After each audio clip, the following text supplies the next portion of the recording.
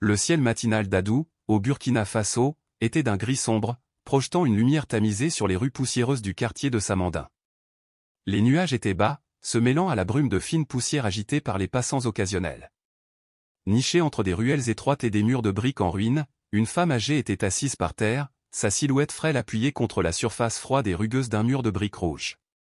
Madame Atta, 65 ans, portait un t-shirt blanc en lambeaux, au tissu usé par le temps, criblé de petits trous qui exposaient sa peau patinée. Des mèches de cheveux gris, négligées et emmêlées, tombaient sur son visage enfoncé, mais sur ses genoux reposait un objet qu'elle tenait avec révérence, un vieux cahier, à la couverture tachée par le passage des années, aux pages jaunies et effilochées sur les bords. Malgré sa situation, ses yeux brillaient, reflétant une nostalgie qui contrastait fortement avec la lassitude de son corps. À quelques mètres de là, le bourdonnement régulier d'une Jeep militaire qui approchait rompait le silence. Le véhicule se déplaçait lentement, faisant partie d'une patrouille de sécurité de routine escortant le président par intérim du Burkina Faso, Ibrahim Traoré. Défiant les protocoles de sécurité habituels, il avait insisté pour être personnellement témoin de l'état de son peuple, il voulait voir, ressentir, comprendre. Alors qu'il regardait par la fenêtre, ses yeux aperçurent la vieille femme affalée contre le mur. Quelque chose dans sa posture, dans le léger contour de son visage, provoqua une secousse dans sa mémoire. « Arrêtez ici !» ordonna-t-il, sa voix transperçant la douce tension à l'intérieur du véhicule. Le capitaine Sawadogo, assis à côté du chauffeur, tourna brusquement la tête face à l'ordre soudain du président. La Jeep s'arrêta et, sans hésitation, Traoré ôta sa veste d'uniforme vert olive immaculée et sortit, ses bottes cirées atterrissant fermement sur le sol inégal. Ses soldats se retinrent, le regardant s'approcher de la femme, chaque pas s'accélérant tandis que la reconnaissance s'installait dans sa poitrine. Il s'arrêta à quelques centimètres d'elle, le cœur battant. « Madame Atta ?» Le nom quitta ses lèvres dans un murmure à peine, mais son poids restait dans l'air. La femme âgée releva lentement la tête, son expression vide au début, mais ensuite, comme si un voile avait été levé, la reconnaissance vacilla dans ses yeux. « Ibrahim. Ibrahim Traoré. » Halta-t-elle, sa voix rauque mais pleine d'émotion. Elle tenta de se relever, mais ses jambes faibles cédèrent sous elle. En un instant, il tendit la main, la stabilisant de ses mains douces mais fermes. « C'est moi, » murmura-t-il, les yeux rivés sur les siens. « Que t'est-il arrivé? Pourquoi es-tu ici comme ça ?» Les doigts tremblants, Madame Atta serrait le cahier usé contre sa poitrine, sa prise se resserrant comme si elle s'accrochait à quelque chose de bien plus grand que du papier et de l'encre. Lentement, elle l'ouvrit, révélant l'écriture fanée d'un enfant, le nom Ibrahim Traoré, griffonné en lettres incertaines et inégales. « Je l'ai gardé toutes ces années, » murmura-t-elle, la voix hésitante mais fière. « Tu as écrit ceci quand tu avais 8 ans. Même alors, je savais que tu étais destiné à la grandeur. » Une seule larme traça les lignes de son visage alors qu'elle le regardait. Traoré déglutit difficilement, les souvenirs des salles de classe poussiéreuses et des luttes de l'enfance inondant son esprit. Il attrapa le cahier, ses doigts effleurant les mêmes lettres tordues qu'il avait autrefois griffonnées sous sa patiente direction. « Tu ne m'as jamais oublié ?» demanda-t-il, la voix pleine d'émotion. Madame Atta sourit faiblement. « Comment pourrais-je? Je t'ai vu grandir, j'ai vu le feu dans ton esprit. Et quand je t'ai vu à la télévision en tant que président, j'ai pleuré de fierté. » Puis son sourire s'effaça. Elle baissa les yeux, presque honteuse. « Mais regarde-moi maintenant, » murmura-t-elle en tirant sur les bords effilochés de sa manche. « Je n'ai rien. » Le poids de ses paroles le frappa comme un coup. Il leva le regard, admirant l'environnement désolé et la saleté, les débris jetés, la souffrance silencieuse gravée dans les murs de la ruelle. « Que s'est-il passé, madame ?» demanda-t-il doucement. Atta inspira profondément, ses yeux dérivant au loin. « Après ma retraite, mon mari est décédé. Mes enfants ont déménagé en Europe, et au bout d'un moment, ils ont arrêté d'écrire, ont arrêté d'appeler. Je n'avais plus personne. Les dettes ont englouti ma maison et depuis 3 ans, cette rue est le seul endroit que je connais. » Elle serra plus fort le cahier. « C'est tout ce qu'il me reste des jours où je comptais. » La mâchoire de Traoré se serra. Une tempête d'émotions tourbillonnait en lui, culpabilité, chagrin et un sens du devoir inébranlable. Il se leva brusquement, les poings serrés, et se tourna vers le capitaine Sawadogo, qui observait en silence. « Prends-lui de la nourriture. De l'eau. Maintenant, ordonna-t-il, sa voix aiguë mais tremblante. Le capitaine hocha la tête et courut vers la Jeep. Traoré, quant à lui, s'accroupit à nouveau, le regard inébranlable. « Vous ne resterez pas ici, Madame Atta, déclara-t-il d'un ton ferme mais rempli de chaleur. Pas après ce que tu as fait pour moi. Elle hésita, l'incertitude vacillant dans ses yeux lasses. Ibrahim, je ne veux pas de charité, murmure-t-elle, la fierté toujours intacte malgré tout. Ses lèvres s'étirèrent en un petit sourire entendu. Ce n'est pas de la charité. C'est de la gratitude. C'est ce que je vous dois. Attrapant sa main fragile, il la serra doucement. Viens avec moi. Au-dessus d'eux, les nuages gris commencèrent à se déplacer, laissant passer les premiers rayons hésitants du soleil. Les rues de Samandin, autrefois mornes, semblaient maintenant s'animer d'une promesse tranquille. Alors que Traoré aidait Madame Atta à se relever, son vieux cahier toujours pressé contre sa poitrine, l'avenir, bien qu'incertain, semblait un peu plus radieux. Sawadogo est revenu de la Jeep, portant une bouteille d'eau et un sac de pain. Sans hésitation, il les tendit vers la femme frêle devant lui. Elle hésita un instant avant d'accepter, ses mains tremblant légèrement. « Merci, murmura-t-elle en sirotant lentement l'eau. Son regard restait fixé sur Traoré, comme si elle avait encore du mal à croire qu'il se tenait réellement là, devant elle. « Tu viens avec moi, répéta Traoré d'une voix ferme mais rassurante. Il fit un signe de tête en direction de Sawadogo. Aidez-la à monter dans la Jeep. Les lèvres d'Ayata s'entr'ouvrirent en signe de protestation, mais les mots s'échappèrent à peine un faible murmure de résistance. Ibrahim, je ne peux pas. Regarde-moi. Je suis sale. Je n'ai rien. Il s'approcha, posant une main ferme sur son épaule, son contact à la fois doux et résolu. Vous avez plus que vous ne le pensez, madame. Vous m'avez donné un avenir. Maintenant, c'est à mon tour de faire de même pour vous. Sawadogo la soutenait avec précaution alors qu'elle montait dans la Jeep, son corps frêle gérant à peine l'effort. Pendant ce temps, Traoré lui ôtait des mains le carnet usé et le glissait dans la poche de son uniforme. Il reste avec moi pour l'instant, dit-il avec un sourire entendu, mais bientôt, vous aurez un endroit où vous pourrez le garder en sécurité. Ayata s'installa sur le siège, son corps tremblant non pas de peur, mais de quelque chose d'inconnu, quelque chose qu'elle ne s'était pas permis de ressentir depuis des années. Espoir. Alors que la Jeep avançait en grondant, Traoré s'assit à côté d'elle, l'odeur de poussière et de sueur se mêlant à l'odeur légère et nostalgique des vieilles pages cachées dans sa poche. D'abord, nous allons à la base, a-t-il ordonné à Sawadogo, qui était au volant. Elle a besoin de nourriture chaude, de vêtements propres et d'un médecin. Sawadogo hocha la tête mais jeta ensuite un coup d'œil à son commandant avec une tranquille curiosité. Et après ça, mon président ? Traoré regardait par la fenêtre les rues passantes de Ouagadougou, la ville qu'il avait autrefois façonnée. Après cela, elle aura un foyer, et un but. À côté de lui, Ayata écoutait, des larmes silencieuses coulant sur ses joues burinées. « Pourquoi fais-tu ça, Ibrahim » demanda-t-elle, la voix rauque d'émotion. Il se tourna vers elle, les yeux inébranlables. « Parce que tu m'as appris à lire. Tu m'as appris à écrire. Tu m'as appris à rêver. Sans toi, je ne serais pas l'homme que je suis aujourd'hui. » Il lui serra la main doucement mais fermement. « Le Burkina Faso vous doit beaucoup. Et moi aussi. » Il lui tenait la main comme pour l'ancrer dans l'instant présent. « Vous ne dormirez plus jamais dans la rue. » La Jeep continua sa route, laissant derrière elle l'étroite ruelle où des voisins curieux chuchotaient entre eux. Le président apprit la vieille femme avec le cahier, murmure avec enthousiasme un jeune garçon avant de s'enfuir pour répandre la nouvelle. C'est ainsi que l'histoire d'Ayata et Traoré commença à se propager dans la ville, comme un murmure d'espoir porté par le vent. Alors que le soleil montait plus haut sur Ouagadougou, ce matin de mars 2024, la Jeep d'Ibrahim Traoré s'approchait de la base militaire située à la périphérie de la ville. À l'intérieur du véhicule, Ayata tenait la bouteille d'eau dans ses mains tremblantes, toujours bouleversée par le soudain bouleversement de son destin. Traoré sortit le premier et se retourna pour lui ouvrir la porte.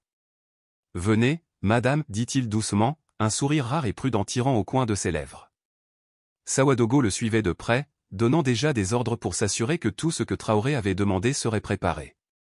Alors qu'ils entraient dans la base, les soldats autour d'eux arrêtèrent ce qu'ils faisaient, les yeux écarquillés de surprise. Le président était arrivé, non pas avec un diplomate, ni avec un officier, mais avec une femme âgée vêtue de vêtements en lambeaux. des murmures se répandirent parmi eux, mais Traoré n'y prêta pas attention. Il conduisit Ayata jusqu'à une petite cafétéria et lui sortit une chaise. « Asseyez-vous ici », ordonna-t-il doucement avant d'appeler un officier. « Apportez de la nourriture chaude, du riz, de la sauce, tout ce qui est disponible. Et des vêtements propres pour elle. » L'officier hocha rapidement la tête et partit en toute hâte pour exécuter l'ordre.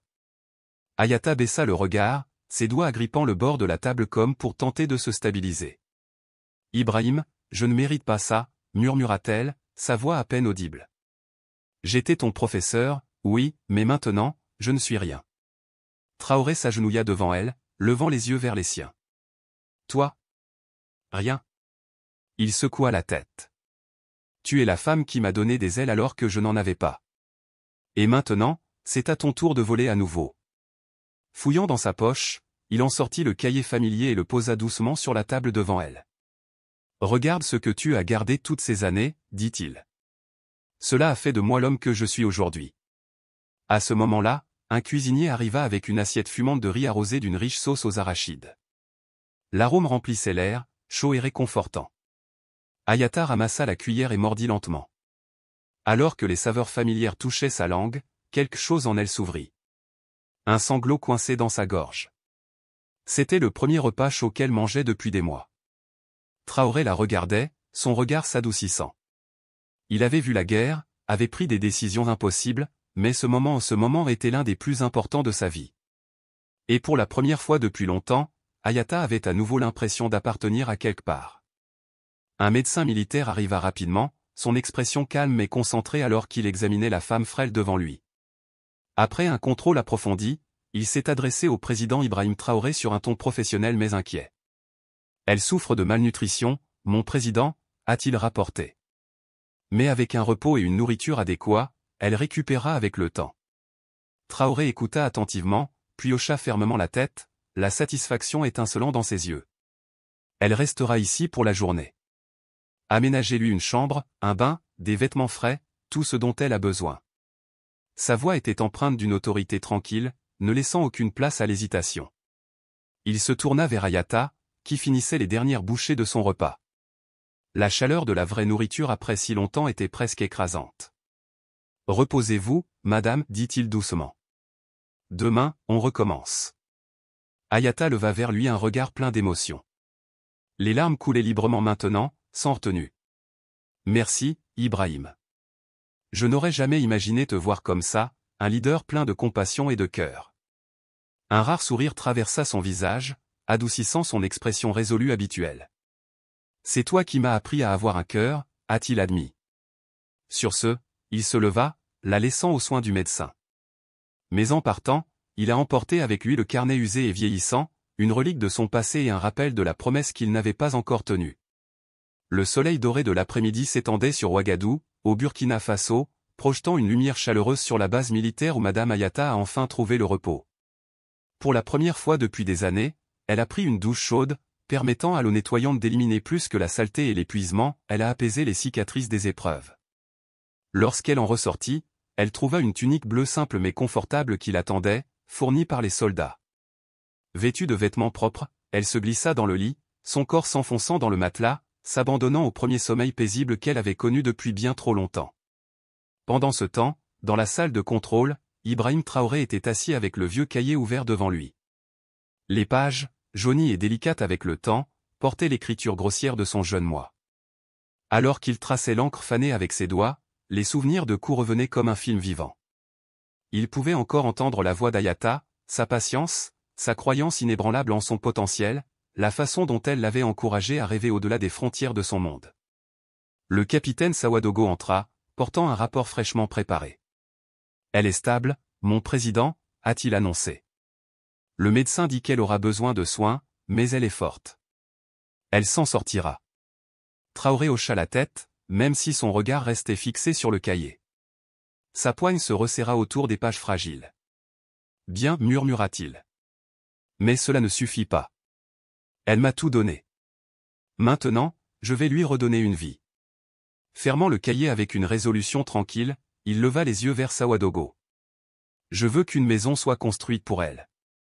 Simple mais digne, dans un quartier sûr. sa voix était ferme, décisive. Et je veux qu'elle ait un travail, quelque chose de significatif, quelque chose qui lui permettra de se sentir à nouveau utile. Sawadogo hésita. Un travail? Mais elle est encore faible, mon président. Traoré Gaz Sharpened.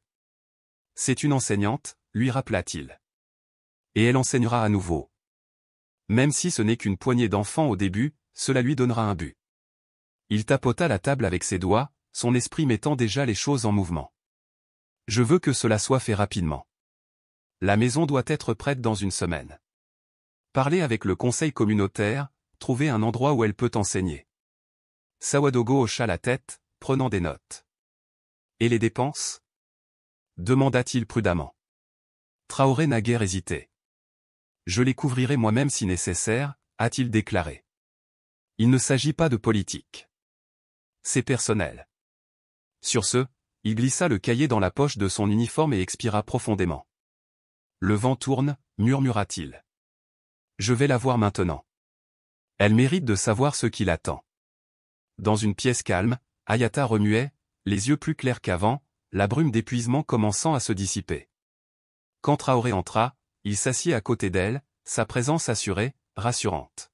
« Comment vous sentez-vous, madame » demanda-t-il, sa voix plus douce que d'habitude. Elle croisa son regard avec un sourire las mais sincère. « Comme si je rêvais, Ibrahim. » Il lui tendit la main, la serrant fermement mais doucement. « Ce n'est pas un rêve, lui assura-t-il. Vous aurez à nouveau un foyer. Et vous enseignerez, comme avant, mais cette fois, c'est encore mieux. » Son souffle se coupa, ses yeux s'écarquillant d'incrédulité. « Enseigner ? Après toutes ces années. Puis-je encore ?» Traoré hocha la tête sans hésitation. « Oui, dit-il avec certitude. Et je serai là pour t'aider à recommencer. » Alors que le soleil baissait dans le ciel, une brise fraîche balayait Ouagadougou, murmurant un changement. Ce soir-là, Ibrahim Traoré côtoie Madame Ayata, la guidant vers un quartier modeste mais accueillant non loin de la base militaire. Un nouveau départ l'attendait. Et cette fois, elle n'aurait pas à y faire face seule. Une semaine entière s'était écoulée depuis leurs retrouvailles émouvantes, et la maison que Traoré avait commandée était désormais terminée. Il était modeste mais robuste, une simple structure en briques avec un toit en tôle, un salon confortable, une chambre modeste et un jardin petit mais animé. Bien que sans prétention, c'était un lieu de stabilité, un sanctuaire qui promettait dignité et confort. À côté de lui, Ayata marchait avec hésitation, les effets de la nourriture et des soins commençant à se faire sentir. Son visage autrefois fatigué avait désormais un éclat plus sain et son corps frêle trouvait soutien dans le bras ferme de Sawadogo. Alors qu'ils approchaient de la maison, ses pas hésitaient, ses yeux s'écarquillant d'incrédulité. « C'est à vous, madame, » dit Traoré d'une voix chaleureuse en plaçant la clé dans ses mains tremblantes.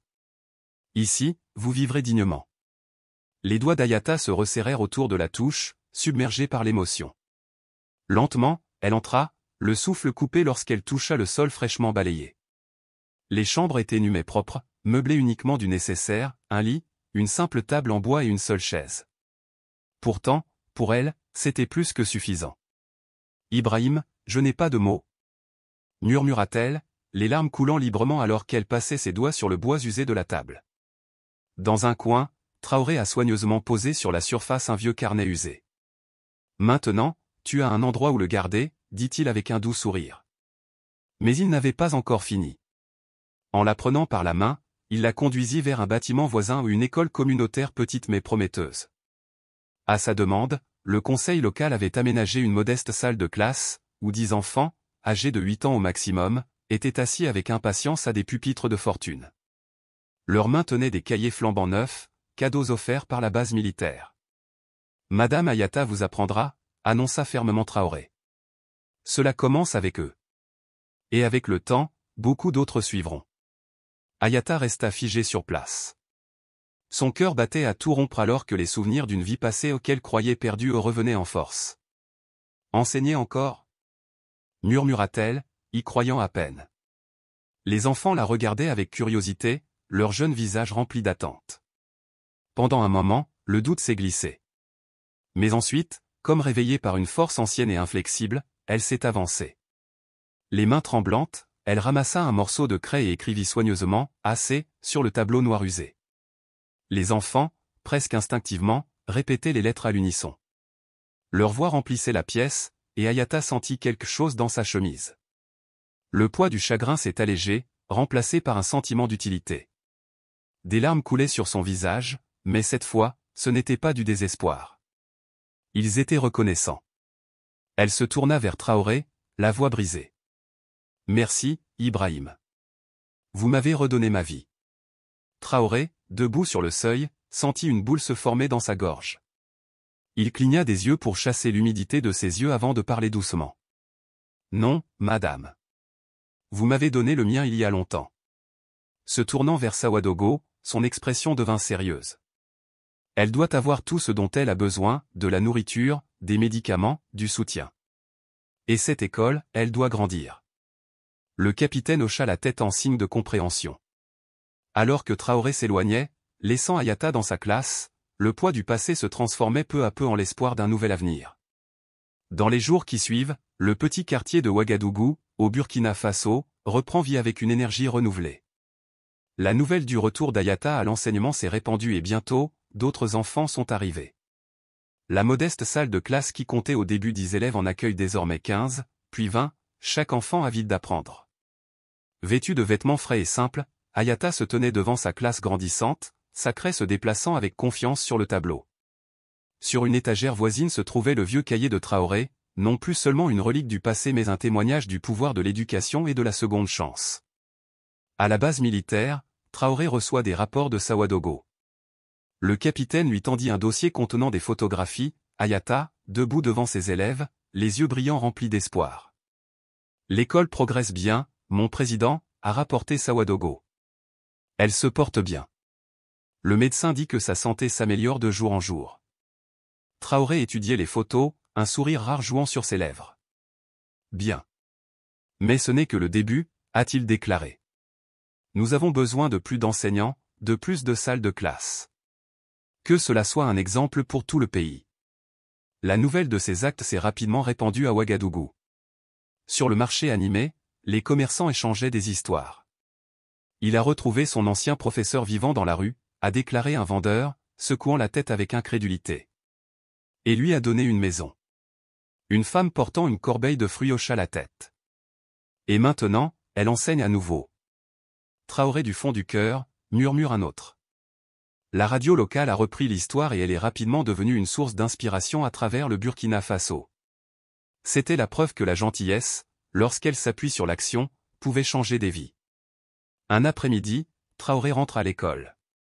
Lorsqu'il est entré dans la classe, les enfants l'ont repéré et ont immédiatement éclaté d'enthousiasme. « Président » crièrent-ils, leur voix résonnant dans la pièce.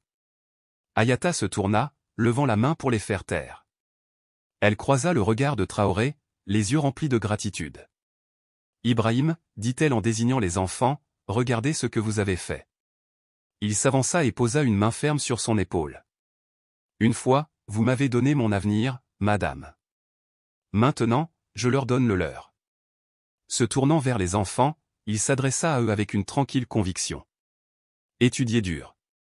Un jour, vous changerez le Burkina Faso, tout comme elle m'a changé. » Les jeunes visages rayonnaient de détermination. Ayata essuya une larme, bouleversée par l'instant. Avant de partir, Traoré a fouillé dans sa poche et en a sorti une enveloppe. « C'est pour l'école, » lui dit-il. « Pour que cela puisse grandir. Pour que davantage d'enfants puissent apprendre, tout comme j'ai appris de vous. » Ayata hésita, puis prit l'enveloppe, sa voix à peine au-dessus d'un murmure. « Tu as déjà fait tellement de choses. » Il secoua la tête. « Cela ne suffira jamais. » Il jeta un coup d'œil aux enfants, puis au vieux cahier posé sur l'étagère. « Ce n'est que le début. » Une petite fille leva la main. « Monsieur le Président, reviendrez-vous » demanda-t-elle timidement. Traoré sourit, se penchant légèrement pour croiser son regard. « Oui, petit. Chaque fois que je peux. » L'histoire d'Ayata et Traoré est devenue une légende au Burkina Faso. Les journaux et les stations de radio ont raconté comment le président avait sauvé son ancienne enseignante, en lui donnant non seulement un foyer, mais aussi un but. « Il n'oublie jamais ceux qui l'ont aidé », a déclaré avec émotion un présentateur du journal télé. Au marché, les gens répétaient ces mots comme un mantra. Traoré est un leader qui se souvient de ses racines. En quittant l'école ce jour-là, Traoré s'est arrêté pour un dernier regard. La salle de classe bourdonnait de vie. Hayata, autrefois désespéré, tenait désormais bon. Les enfants, enthousiastes et brillants, portaient la promesse d'un avenir meilleur. Il monta dans sa Jeep mais s'attarda un moment avant de repartir. « Merci, Madame Hayata » murmura-t-il. La caméra s'est retirée, capturant l'image d'un enseignant renaissant, d'une classe d'esprits enthousiastes et d'un leader qui a transformé sa gratitude en action. Un geste de gentillesse qui résonnera pour les générations à venir.